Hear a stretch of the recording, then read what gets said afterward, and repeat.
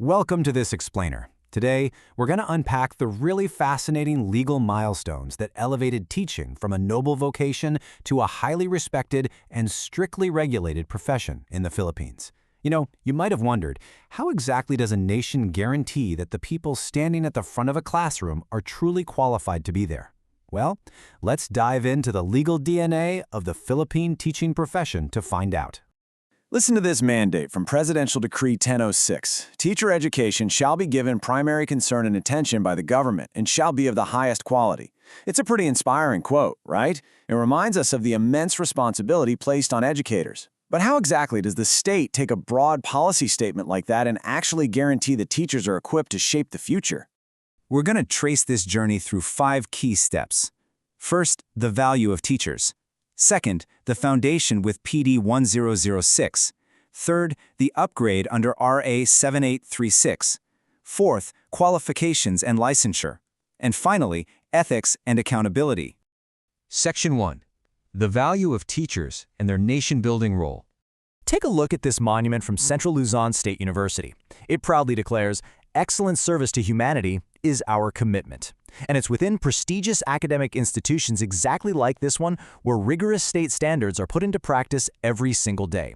The policies we're looking at today aren't just words on paper. They are literally the foundation for universities striving to nurture a culture of excellence in their education departments. Section 2. The foundation. PD 1006, the Degree Professionalizing Teaching. Let's rewind a bit to Presidential Decree 1006, which was issued back in 1977.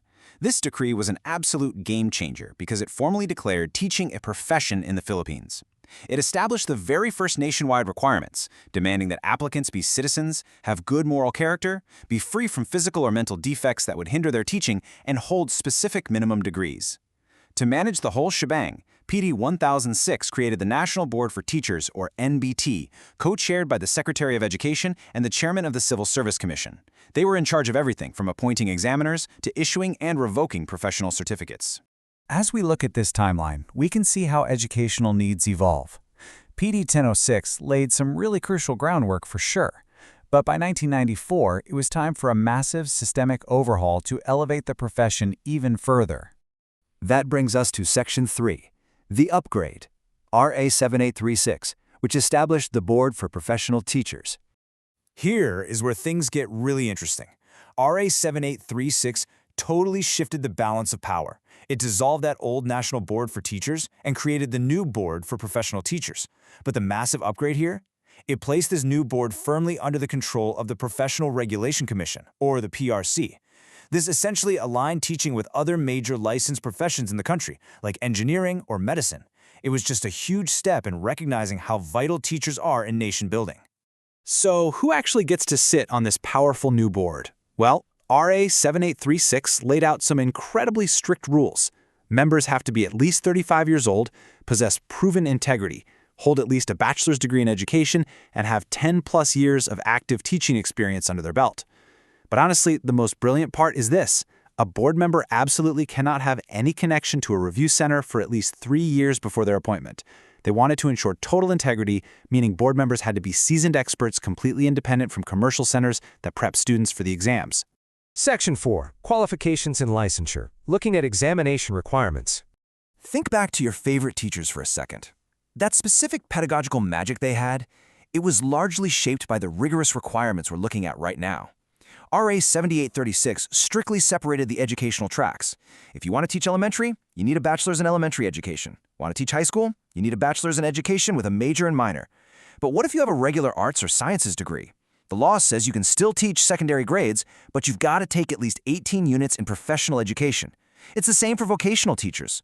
This just brilliantly ensures that no matter your subject expertise, you crucially get specialized training in how to teach. And the licensure exam, the BLEPT, totally reflects that split. If you're taking the elementary exam, you're tested on professional education and general education. But if you're aiming for the secondary level, they add a third part, your field of specialization. This guarantees that secondary teachers have truly mastered both the art of teaching and the specific subjects they're handing down to older students. Now, passing that board exam is a monumental achievement, but RA 7836 didn't want teachers to just stop learning. the law actually introduced an optional periodic merit examination that teachers can take every 5 years. Pass it, and you get a diploma of merit, points towards salary promotions, and priority for government scholarships. But what if you fail? Well, you don't get fired or demoted. But if you fail twice, you are required to take a DepEd-accredited refresher course before you can try again. It's a great system, designed to reward growth and gently course-correct, without threatening a teacher's basic job security. Section 5. Ethics and Accountability, specifically revocation and suspension. Because passing the exam is really just the beginning. First off, RA 7836 mandated the national integration of all professional teachers into one recognized association. After the law passed, teachers had 3 years to register with this group to get their full professional benefits. And this wasn't just some administrative hoop to jump through. It created a unified community of professionals across the whole country, bound by shared goals, privileges, and most importantly, shared accountability. And let me tell you, that accountability has some very sharp teeth. The board holds the power to suspend or entirely revoke a license for severe infractions.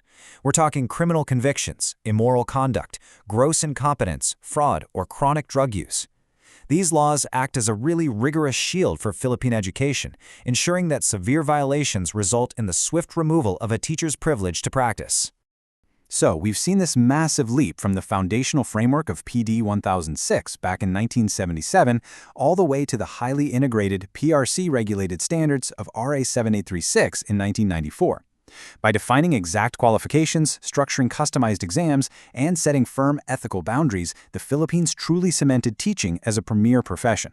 But as technology advances and the global landscape of education keeps shifting, it leaves us with a pretty big question. What will the next evolution of teacher professionalization look like in the years to come? Thanks for exploring this with me today on This Explainer.